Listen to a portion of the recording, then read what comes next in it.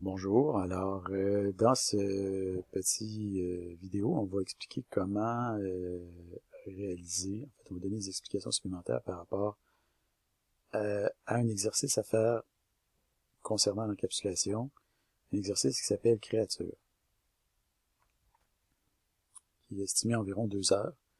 J'avoue que certaines personnes ont pris plus que ça, donc 2 heures, c'est enfin, peut-être certaines personnes, ça va être 3 heures, je vous le dis tout de suite, là.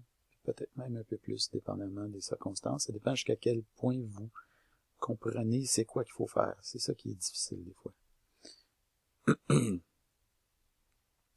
Donc, on veut modéliser une créature dans un jeu de rôle. OK?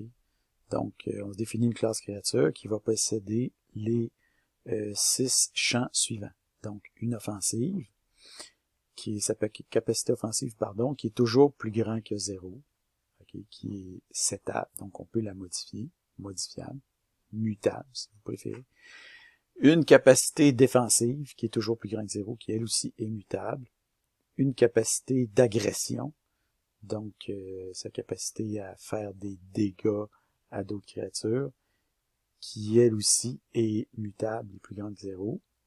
Le nom de la créature, qui doit être non blanc, non nul, qui lui aussi est mutable, qui par défaut, en fait, ici on met une valeur par défaut qui est pas bonne, mais en fait c'est juste parce que c'est pour contenter, en fait c'est parce qu'on veut pas qu'elle soit nulle au départ. Après ça, ses points de vie actuels de la créature, donc ses points de vie entre 0 et le maximum possible. Ça c'est non mutable, direct, non settable, c'est-à-dire qu'on peut pas le modifier directement, mais les points de vie vont être modifiables indirectement en infligeant des dégâts ou en guérissant la créature. Finalement, le nombre de points de vie maximum que la créature peut avoir, qui lui est mutable, qui est plus grand que 0.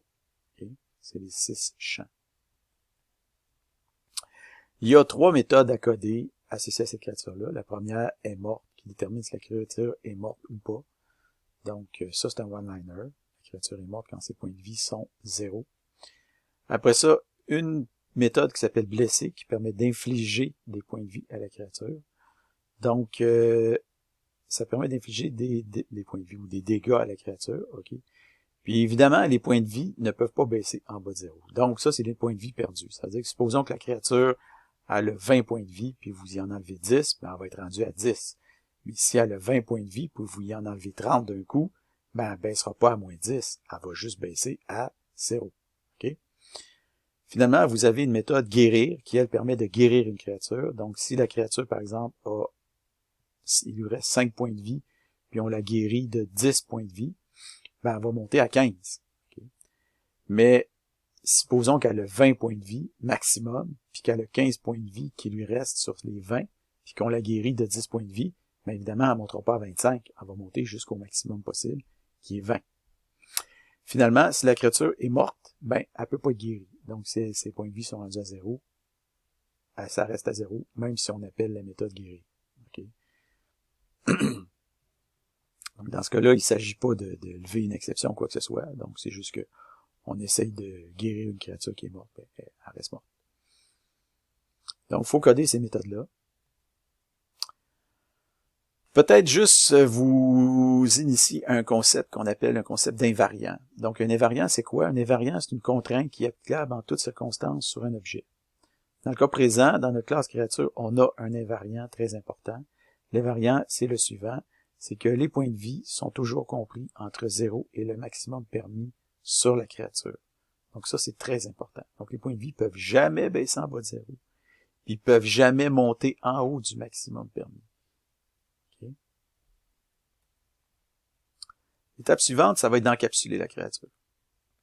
Encapsuler, ça veut dire ajouter 6 getters pour chacun des champs de la classe. Ajouter 5 setters parce qu'il y a 5 de ces 6 champs-là qui sont mutables et settables. Et finalement, ajouter un constructeur parce qu'il faut pouvoir initialiser convenablement nos créatures, en fait les 6 champs de ces créatures-là. Okay? Donc, on va avoir donc les setters suivants, les 5 setters. Je vais parler ici de du setter 7 points de vie maximum après. Après ça, on a un constructeur qui va prendre les 6 arguments possibles, donc l'offensive, la défensive, l'agression, le nom, les points de vie maximum, puis les points de vie. Cependant, les points de vie ici, c'est un champ facultatif. Donc un champ facultatif noté avec le point d'interrogation, et ce champ-là prend la valeur nulle par défaut. Ça veut dire que si on renseigne pas les points de vie, alors automatiquement la créature, elle va prendre comme point de vie le nombre de points de vie maximum qu'on lui a donné. Donc si on dit que c'est une créature qui a, par exemple, 50 points de vie maximum, ben si on spécifie pas, par exemple, qu'il reste seulement 35 points de vie sur ces 50, ben elle va automatiquement prendre 50 points de vie. Okay? Donc ça, ce champ-là est nul par défaut. Comment on fait pour vérifier s'il est nul ou pas? Ben on peut faire égal, nul, etc. Donc, enfin, vous allez peut-être avoir quelques petites choses à observer par rapport à ça, parce qu'on n'a pas vraiment pris le temps encore dans le cours de voir un peu c'est quoi la manipulation des valeurs nullables. On n'a jamais vraiment, on s'est jamais vraiment arrêté à ça. Mais bon, quand vous allez rencontrer certains problèmes avec ça, vous pourrez voir un peu qu'est-ce qu'il y en est, sinon m'en parler ou parler avec vos collègues. Donc, évidemment, le constructeur fait toujours la même chose. Il valide les champs et ensuite, il initialise. Il valide, les arguments, puis ensuite, il valide les champs. Ensuite, il initialise les champs. Donc, il valide les arguments, il initialise les champs. Les setters font aussi la même chose. Ils valident l'argument et après ça, ils initialisent ou ils modifient le champ en conséquence de l'argument reçu. Okay. Maintenant, 7 points de vie maximum. Okay. Donc, ici, il faut que cette méthode-là respecte l'invariant. Il y a deux façons de respecter un invariant, okay, dans le cas des points de vie maximum. Supposons que votre créature, il lui reste 15 points de vie, puis vous voulez mettre son point de vie maximum à 10. Qu'est-ce que vous allez faire? Donc, la créature, il lui reste 15 points de vie, puis vous dites maintenant, tes points de vie maximum, je veux les baisser à 10. Bon, on n'a pas à se poser la question pourquoi on voudrait faire ça, mais mettons que c'est ça qu'on veut faire. Donc, qu'est-ce qu'on peut faire? On peut avoir deux possibilités. Soit que on a 15, mettons qu'il est à 20, on veut le baisser à 10. Donc, on pourrait le baisser à 15, puis pas permettre de baisser jusqu'à 10.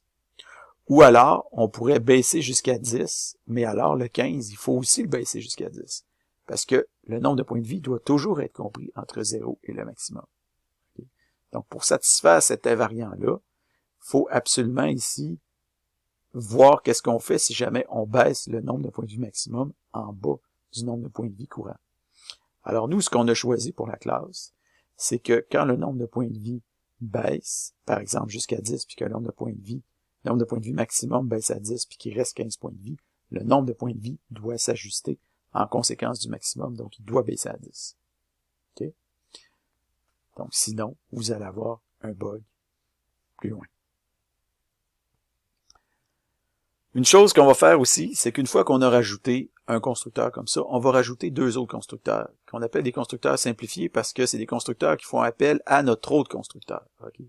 Donc ici, on a un constructeur qu'on doit définir convenablement, puis ici, ces deux constructeurs-là sont simplifiés parce qu'ils font appel à un autre constructeur. Okay? Donc on se rappelle qu'un constructeur, en fait, on peut pas l'appeler directement. C'est pas possible dans une méthode quelque part de dire, bon, maintenant, j'appelle un constructeur directement. En fait, quand je dis c'est pas possible, c'est pas totalement vrai. Ok, il y a toujours des affaires de possibles avec C#, donc en utilisant par exemple la réflexion, qu'on n'a pas vraiment touché tant que ça, jusqu'à maintenant. Donc, mais là, je veux pas rentrer dans ces espèces de cas de figure-là. Donc, en général, ok, facilement, on peut pas facilement appeler un constructeur directement. Un constructeur est toujours appelé indirectement. Par exemple, quand vous utilisez l'opérateur new, vous appelez un constructeur indirectement. Okay? Donc maintenant, ceci étant dit, comment on pourrait, des fois dans notre classe, on va coder une méthode qui va faire appel à une autre méthode de notre classe. Donc maintenant, on pourrait se poser la question, mais comment un constructeur peut-il faire appel à un autre constructeur dans une classe? Okay? Donc c'est une question légitime. Comment un constructeur fait pour appeler un autre constructeur qui existe déjà dans une classe? Alors C# a une réponse à ça. C'est d'utiliser ici ce qu'on appelle le 2.10. Okay? Donc, si vous faites ça, vous faites 2.10. Ce que vous êtes en train de faire, vous êtes en train de dire que le constructeur que vous avez ici, qui prend 3 arguments, okay, va faire appel à un autre constructeur qui est défini ailleurs dans la classe et qui fait appel à 1, 2, 3, 4, 5, 6 arguments. Alors, si on recule, on voit que le constructeur ici a 6 arguments. 1, 2, 3, 4, 5, 6. Donc, ce constructeur-là ici a 3 arguments. Comment il fait pour construire un nouvel objet? Il fait appel au constructeur à 6 arguments. Okay. Donc, on n'a pas besoin de réécrire le constructeur, puis de valider les paramètres, puis tout, etc., etc. On n'a pas besoin de faire ça, parce que ce constructeur-là, créature, fait appel au constructeur à 6 arguments. Donc, un constructeur à 3 arguments fait appel au constructeur à 6 arguments. Même chose, vous allez définir un second constructeur qui s'appelle créature ici, qui va faire appel à un autre constructeur, okay, et qui, lui, va faire en sorte qu'il va créer une créature dont le nom est monstre. Okay. Donc, on spécifie la puissance, optionnellement, on spécifie les points de vie, et automatiquement, ça va créer une créature qui s'appelle monstre. Okay. Donc, ici, il n'y a rien à rajouter parce que ce code-là vous est donné. Ici, il y a 3 petits points, donc il faut rajouter une ligne de code. Hein, vous vous doutez que ça va ressembler à ce que vous avez ici. Il faut rajouter une ligne de code pour compléter ce constructeur-là. Finalement, vous allez rajouter les 2 séries de tests S1 et S2S. Et une fois, en fait, que tout ça est fait, vous allez pousser sur valider et pousser avec Git. Okay. Puis, vous allez zipper votre solution, vous allez remettre sur Léa avec un pointage sur 10, et vous allez me remettre ça comme vous le faites habituellement. Merci.